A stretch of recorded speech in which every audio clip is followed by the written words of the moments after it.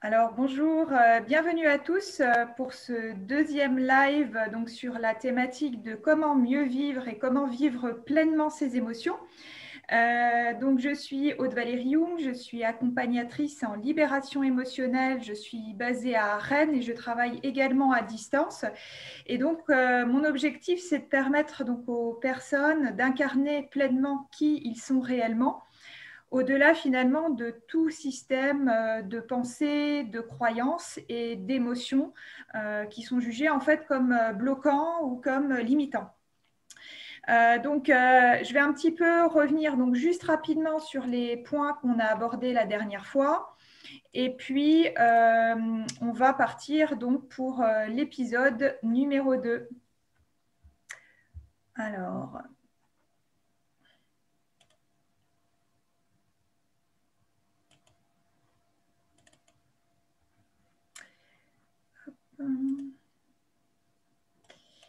voilà, donc dans la précédente vidéo, donc la semaine passée, on a beaucoup parlé en fait de vagues, hein, donc ces vagues émotionnelles qui nous traversent. Je vous ai donné une définition de l'émotion un petit peu pour déjà comprendre de quoi il s'agit avant de commencer à surfer en fait sur la vague. On a vu aussi qu'il y avait différentes familles d'émotions, donc des typologies qui se recoupent hein, suivant les personnes, les psychothérapeutes qui ont travaillé là-dessus.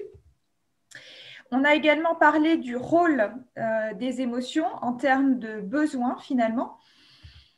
Et puis, on a aussi abordé la notion en fait de compétences émotionnelles, d'intelligence émotionnelle en fait qui se développe, qui est un petit peu plus étudiée ces dernières années parce que historiquement, donc on parlait beaucoup de quotient intellectuel et d'intelligence en fait purement mentale et intellectuelle. Et donc là maintenant, on passe depuis peu au champ plutôt émotionnel. Donc aujourd'hui, en fait, qu'est-ce qu'on va voir dans ce live? On va continuer un petit peu l'histoire, on va continuer à dérouler, on va aller un cran plus loin, donc vers en fait ce qu'on appelle en fait souvent la notion de nœud hein, ou de trauma. Essayer de comprendre justement le mécanisme, c'est-à-dire notre cheminement en tant qu'humain, comment on passe d'un événement qu'on va considérer comme traumatisant au blocage. Et puis ensuite, c'est surtout ça qui nous intéresse, hein, c'est comment passer du blocage à la libération. Donc aujourd'hui, on va essentiellement parler en fait de séquences émotionnelles pour comprendre encore une fois les mécanismes et la différence entre le blocage et la libération émotionnelle. Et puis, je vous parlerai également de la relation corps-émotion. Le corps a également son intelligence propre. Il y a beaucoup de travaux scientifiques, de recherches qui sont menés sur cette relation corps-émotion qui commence maintenant à être bien documentée. Donc, je pense que c'est également intéressant en fait d'en parler ce soir. Alors, le trauma. Donc, je vais vous raconter en fait une histoire. C'est l'histoire d'un petit garçon qui en fait rentre un jour de l'école et qui a fait un magnifique dessin. Et il souhaite le montrer en fait à ses parents. Ses parents, à cette époque-là, ils vont être occupés peut-être à choisir le papier peint de leur maison, peu importe. En fait, à un moment donné, le petit garçon va percevoir que son envie en fait, de partage, c'est-à-dire cette joie qu'il a envie de transmettre, n'est pas forcément accueillie comme il l'aurait souhaité. Donc, en lui-même, qu'est-ce qui va se passer suivant la personnalité du petit enfant, hein, qui a déjà, on a vu la dernière fois, on a des émotions également primaires qui font vraiment partie des émotions de base et des émotions qui sont également propres à notre personnalité. Soit effectivement, il va passer à autre chose, soit en lui, on va avoir un sentiment finalement de colère qui va apparaître. On avait vu la dernière fois que la colère, souvent, c'est quand on a la sensation que notre identité n'est pas forcément toujours respectée. Et là, il ne se sent pas respecté dans ce besoin émotionnel de partage. Et donc, il va revenir voir chez ses parents, il va peut-être faire du bruit, trépigner, casser peut-être des objets, tout ça dans quel but? Finalement, c'est le but de se faire remarquer et d'attirer l'attention. Et ses parents, comme ils sont complètement occupés, ils ne sont pas du tout disposés en fait à l'entendre et à l'écouter par rapport à son besoin émotionnel. Qu'est-ce qui va se passer? et ben effectivement, il va aller dans sa chambre, il va être renvoyé et puis il va être laissé seul en lui disant peut-être le message suivant, bah, tu redescendras uniquement quand tu te seras calmé. Donc, qu'est-ce qu'il entend? Déjà que son émotion de colère, en fait, n'est pas acceptable. C'est en fait mal. Hein. Donc, on revient à faire première vidéo sur cette notion de polarisation des émotions, hein, de spirale ascendante, spirale descendante, cette notion de jugement, en fait, que l'on y met. Il est seul, donc il se dit qu'effectivement, quand il va commencer à exprimer une émotion, bah, finalement, il est rejeté. Il n'est pas accueilli, il n'est pas entendu. Et en plus, on le laisse effectivement face à lui-même. Au lieu de lui dire que quoi qu'il fasse, quoi qu'il dise, en fait, il est inconditionnellement aimé, mais qu'en fait, à ce moment-là, bah, les parents, pour une raison ou une autre, n'ont pas cette capacité d'être à son écoute. Lui, effectivement, va le vivre hein, comme un véritable sentiment de rejet par rapport à ce qu'il vit. Alors les enfants, on le sait, hein, que le cerveau, on parle souvent d'âge de raison, vers 6-7 ans, on commence à avoir le mental qui se structure, mais avant cela, on est une éponge, on va effectivement capter tout ce qui vient de notre environnement, qui va aller directement, en fait, sans filtre, s'inscrire dans notre cerveau, dans nos mémoires. Et donc là, effectivement, on va pouvoir parler d'événements traumatisants puisqu'il va y avoir quelque chose qui va rester en fait dans cette mémoire. Et de fil en aiguille, ce qui peut se passer hein, dans sa vie plus tard, c'est qu'on va lui ramener comme par hasard des situations où il va se sentir rejeté. Donc encore une fois, c'est son cerveau qui va analyser ce qui lui arrive et puis qui va effectivement le vivre de façon douloureuse, en sachant justement que cette colère, il ne peut pas l'exprimer. Donc, on va encore augmenter la boule, effectivement, de souffrance émotionnelle à l'intérieur de soi, hein, ce nœud qui va grandir. Et on va arriver sur des schémas répétitifs où il se produit toujours le même scénario. On a l'impression, le petit garçon, voilà, en tant qu'adolescent, puis en tant qu'homme, va se sentir rejeté dans certaines situations. Alors, comment tout cela se passe pour aller à un cran plus loin, pour comprendre vraiment la séquence en fait, hein, et comprendre que nos émotions sont tellement puissantes que ça peut complètement formater en fait notre système de croyance. Alors, je vais prendre un exemple. On va avoir donc ce serpent que vous voyez en fait qui va attaquer. Donc quelque chose d'assez violent finalement. Donc ça, c'est ce qu'on appelle un déclencheur. Donc une situation particulière. Ici, c'est le serpent qui attaque. Ce qui se passe ensuite, c'est que ce message rentre dans le bloc émotionnel. Alors, on l'a vu la dernière fois, l'émotion, on a un état affectif complexe, mais qui est notamment composé de sensations, une réaction physiologique, donc par exemple l'accélération cardiaque. Il y a une réaction comportementale associée, donc là, on est plutôt dans une émotion de peur à la base. Donc, généralement, on dit qu'il y a 3 grands comportements hein, qui vont être la fuite, l'attaque, c'est-à-dire le combat, ou bien on est complètement pétrifié, c'est-à-dire il ne se passe rien, on ne peut plus agir. Ce qui va se passer, c'est qu'à cette émotion, en fait, on va associer une pensée. Puisqu'on est des êtres pensants, hein, on va se dire, bah, il y a des serpents dangereux finalement, ça existe. Et la boucle, en fait, si on entretient ce système pensée-émotion qui va revenir plusieurs fois, qui va se répéter dans plusieurs situations, c'est là, en fait, où on va rentrer à la notion de croyance. Donc, la croyance, en fait, c'est une généralisation de ce qu'on a vécu au niveau de cette séquence. Et la croyance, qu'est-ce qu'elle va dire dans ce cas-là? Ben, tous les serpents sont dangereux, puisqu'à chaque fois que j'en vois un, je ressens qu'il va m'attaquer, je rentre dans cette réaction en chaîne de fuite et de pensée au niveau qui a vraiment un danger, donc je rentre dans cette croyance-là. Bien sûr, c'est un exemple, ça peut être complètement extrapolé à d'autres situations de la vie. Tout à l'heure, on était dans le rejet, par exemple, se dire que finalement, quand on va avoir un rejet, puis 2, puis 3, tous les hommes, toutes les femmes me rejettent, en fait, quelque part, alors qu'il ne s'agit que d'une perception. Alors, j'ai quand même donc là une bonne nouvelle, c'est qu'en fait, on a ces émotions qui nous traversent, qui peuvent donc nous emmener très très loin, mais on n'est pas nos émotions. Et c'est déjà énorme en fait de prendre conscience de ça, puisqu'en fait, notre corps de souffrance, justement, il va falloir à un moment donné prendre une distance avec et comprendre qu'on n'est pas que ça. On ne doit pas s'identifier en fait à ça. Mais c'est vrai que ça peut être complètement le cas, c'est-à-dire que la personne ne s'identifie plus qu'à des traumas ou des émotions en fait qui sont douloureuses. Donc c'est pour ça qu'il y a les jumelles. Prendre en fait du recul, regarder au loin.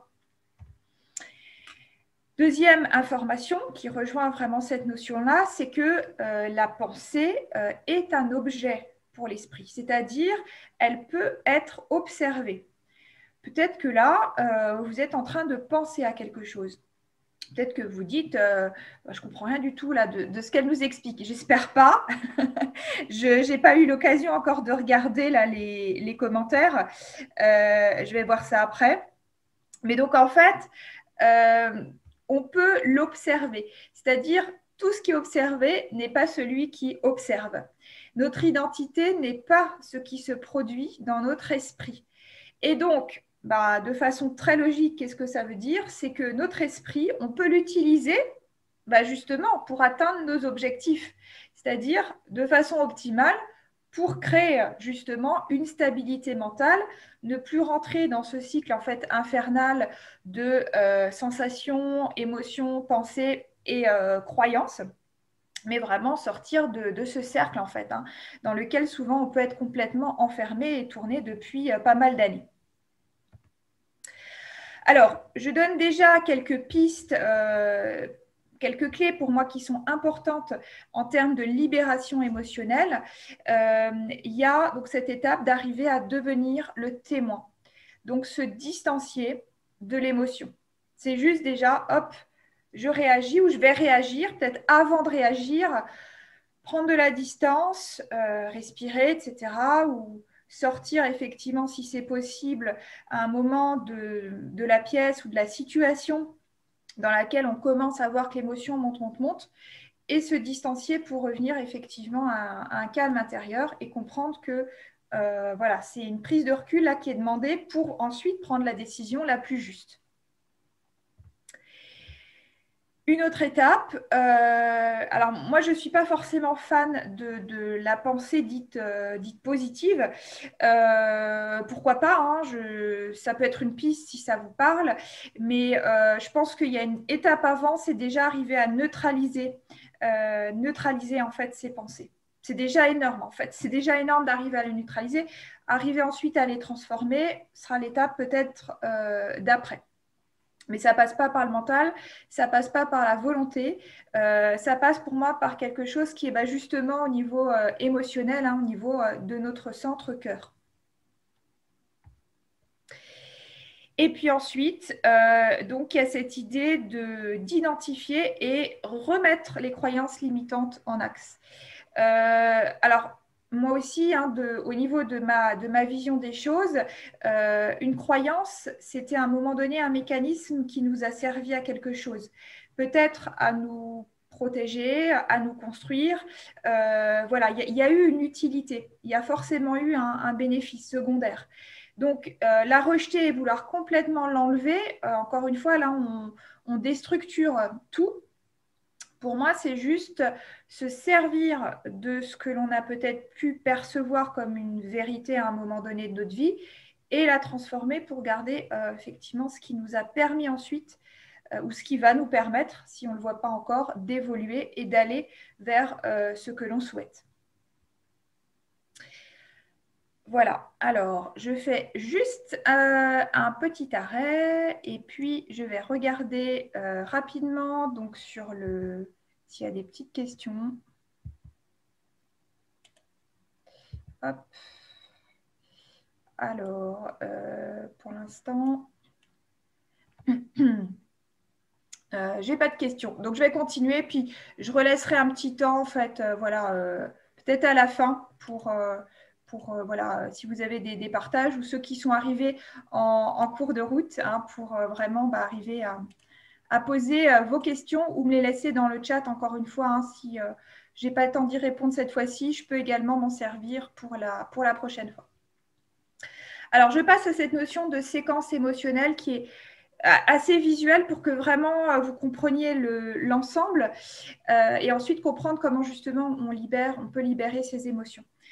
Donc, si je récapitule ce qu'on a vu là, on a un déclencheur, on a une réaction physiologique, on a une réaction comportementale, ensuite on passe aux pensées et parfois donc on voit que la pensée entretient l'émotion.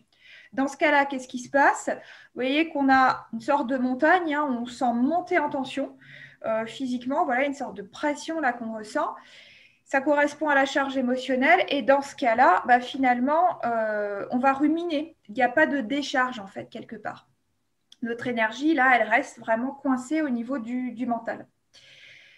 Alors, qu'est-ce qui se passe dans une séquence dite de libération émotionnelle? Vous voyez déjà que cette fois-ci, la montagne, il y a une redescente en fait après. C'est-à-dire qu'il y a bien toujours la montée en tension. Voilà, l'émotion, on en aura toujours, on est des êtres humains. C'est après, qu'est-ce qu'on en fait plutôt la question. Donc là, vous voyez qu'il y a un relâchement, il y a une décharge émotionnelle. Alors, pourquoi? Qu'est-ce qui se passe? C'est qu'en fait, au niveau du stade en fait, de pensée, déjà, arriver à identifier l'émotion, en prendre conscience, la comprendre avec toutes les clés que je vous ai données la dernière fois, la notion de besoin qui est derrière, comment je peux y répondre, etc. On va arriver ensuite à passer à un stade en fait d'accueil. Donc, j'accueille ce qui se passe, ok, parce que là, je comprends en fait mieux ce qui m'arrive et je ne me laisse plus complètement mener, submerger en fait par cette vague. Alors, vous allez me dire, oui, mais c'est quand même assez long finalement d'arriver à identifier l'émotion. Des fois, ce n'est pas simple, on a vu que ça peut être un mélange, et ensuite de comprendre, de la conscientiser, etc., de l'accueillir. Alors, on n'est pas toujours en fait obligé d'en passer par là. Vous voyez que l'échelle de temps, là, je l'ai représentée en fait sur l'axe horizontal. On peut gagner du temps si en fait on passe par le corps, par en fait les ressentis. Et donc, si vous venez la prochaine fois, donc au 3e live, on fera un exercice justement, on va rentrer tout simplement dans cette réaction au niveau du corps et comment je peux avoir un accueil émotionnel où je gagne en termes de réponse notamment temporelle. Alors, je donne ici quelques illustrations. Donc, c'est une petite BD que je trouve très sympa qui s'appelle Émotion, enquête et mode d'emploi, donc aux éditions Pour Penser, qui a été fait par une dessinatrice donc, qui s'appelle Armella. Et là, en fait, on voit c'est quoi finalement accueillir ces émotions, parce que là, c'est ce que je viens de vous dire, ça passe par là pour arriver à les libérer. Donc, il y a un dialogue entre deux personnages, vous voyez, donc la petite souris qui dit oui, je veux bien être responsable de mes émotions, mais quand j'ai une grande émotion, qu'est-ce que j'en fais? Donc, la réponse, c'est tu l'accueilles. Une émotion, on l'a vu la dernière fois, c'est une énergie qui transporte de l'information. Donc, cette information arrive, ce qui compte, c'est qu'on entende son message. Si on lui ferme la porte, si on fait l'autruche, et finalement, elle va taper de plus en plus fort jusqu'à se faire entendre parce que c'est important. Encore une fois, on a vu qu'il y a des besoins derrière, qu'elle se fasse entendre. Et qu'est-ce qui se passe si on continue de fermer la porte? En général, on somatise, c'est-à-dire on va déclencher des mots. Donc, il y a des expressions très parlantes comme « je crois que ça m'est resté au travers de la gorge » ou « j'en ai plein le dos ». Là, vraiment, on a atteint un stade de ras-le-bol. Et donc là, vous avez aussi un livre qui s'appelle « Dis-moi où tu as mal, je te dirai pourquoi » de Michel Oudoul, qui parle justement aussi de ces relations-là. Alors, justement, je vous donne aussi, je vous ai dit un petit peu en intro qu'il y a pas mal d'études scientifiques actuellement sur le sujet. Je vous donne quelques, pour moi, études qui me semblaient fondamentales. Il y en a une qui est très sympa, qui en fait est une cartographie des émotions. Donc, l'étude a été faite, vous avez les références tout en bas de la diapo, en fait, sur une population donc, de 700 personnes dans différents pays. Et en fait, on leur a montré des films ou des photos avec des personnes avec des émotions particulières. Et ils les ont visionnés et ensuite, ils ont dû désigner dans quelle partie de leur corps ils ressentaient des choses différentes. Donc, ça pouvait être de la chaleur, ça pouvait être des picotements, enfin, peu importe. Mais voilà, et ça a donné lieu donc par un système de, voilà, d'indices que les chercheurs ont mis au point, là, qui sont représentés par des couleurs, par des zones qui sont plus ou moins activées suivant l'émotion qui traverse en fait la personne. D'autres études, en 2009, donc ça c'est un prix Nobel en fait de médecine, donc pareil, vous avez les références en bas, qui a montré l'impact du stress sur notre ADN, donc c'était le docteur Blackburn, que voilà, le stress pouvait vraiment aller jusqu'à casser, couper des brins d'ADN, en tout cas les endommager, et que par contre, on avait des effets bénéfiques sur voilà, des techniques de relaxation, de bien-être, de méditation, également des activités sportives. D'autres références également, alors bien sûr, il y en a une qui est très importante, c'est Einstein. Einstein, pour lui, la matière et l'énergie, en fait, c'est deux aspects qui sont complètement interchangeables, équivalent d'une même réalité qu'on appelle le champ universel, donc ce fameux champ énergétique. Et il y a plein d'expériences qui ont été faites début du XXe siècle où on montre les interactions entre l'énergie sous forme par exemple de lumière et la matière. Juste un exemple, en fait, l'effet photoélectrique, on va éclairer en fait un matériau avec une lumière, on va se rendre compte qu'on va avoir une mobilité au niveau des électrons dans le matériau et donc un courant en fait électrique qui est provoqué. Donc on a bien voilà, cette interaction, la lumière qui va agir sur de la matière. Ça, c'est sur un matériau, mais au niveau de notre corps, en fait, on sait que chaque cellule peut transmettre des radiations électromagnétiques.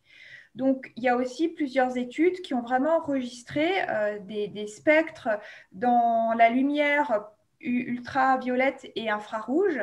On va avoir, donc ce n'est pas forcément dans le visible, on va avoir un phénomène de lumière qu'on peut mesurer au niveau de nos cellules. On parle par exemple de biophotons, donc les photons étant des particules en fait, qui transportent de l'énergie sous forme de lumière.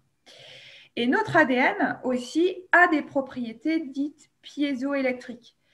Donc, qu'est-ce que ça veut dire? C'est-à-dire que ce système-là, quand on va le mettre sous une contrainte, donc ça peut être une pression, par exemple, où on va lui envoyer des électrons en fait dessus, il va se mettre finalement à vibrer, il va se mettre en résonance. Donc, son énergie en fait va changer. Et il peut également retransmettre en fait des électrons. Donc ça, c'est vraiment dans notre corps humain. Alors finalement, je terminerai là-dessus. Qu'est-ce que le corps? Le corps, on a peut-être l'impression voilà, que c'est uniquement de la matière physique solide ou voilà, qu'il y a peut-être une partie de liquide dans le sang, dans l'eau qui nous constitue. Mais si on regarde tout ça sous une autre vision, en fait, sa masse, c'est surtout de l'énergie qui a pris une forme particulière, tout simplement. Si on comprend justement qu'il y a cette relation entre l'énergie et la matière, j'ai parlé de l'eau dans notre corps. Vous savez très bien que l'eau, on peut la trouver sous différentes formes, solide, gazeuse, liquide. Et qu'est-ce qui fait qu'on passe d'une forme à l'autre? C'est qu'on va chauffer, par exemple. Donc, on va changer une condition du milieu et en fait, la forme de cet élément va changer de façon vraiment visible, en fait, pour le coup. Je vous dis à la semaine prochaine et à très bientôt, à très vite. Merci.